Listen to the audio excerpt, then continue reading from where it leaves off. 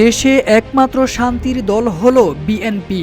এছাড়া বাংলাদেশে আর কোনো শান্তির দল আছে বলে আমার জানা নেই বলে মন্তব্য করেছেন বিএনপি চেয়ারপারসনের উপদেষ্টা জহিরুল হক শাহজাদা মিয়া। তিনি বলেছেন, আমরা চাইলে একাই সরকার গঠন করতে পারতাম, কিন্তু সেটা করি নাই।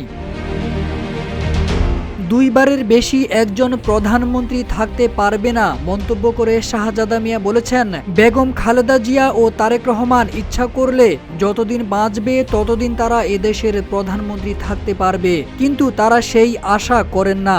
এই সিদ্ধান্ত দেশের জনগণের হাতেই ছেড়ে দিয়েছেন। আমরা সরকার গঠন করব না, জাতি সরকার গঠন করবে জানিয়ে চেয়ারপারসনের উপদেষ্টা বলেছেন, জনগণ চায় তাড়াতাড়ি নির্বাচন, ভোটের অধিকার। অন্তর্বর্তী সরকারের কাছে আহ্বান জানাই, দ্রুত নির্বাচন দিয়ে দিন। জনগণ যাকে ভোট দিবে সে দলই সরকার গঠন করবে। সব ভুল ভ্রান্তি ভুলে দলের নেতাকর্মীদের একসাথে কাজ করার আহ্বান জানিয়ে শাহজাদা মিয়া বলেছেন, তারেক রহমান আমাদের হুঁশিয়ারি করে দিয়েছেন, সামনে আমাদের কঠিন দিন আসতে পারে।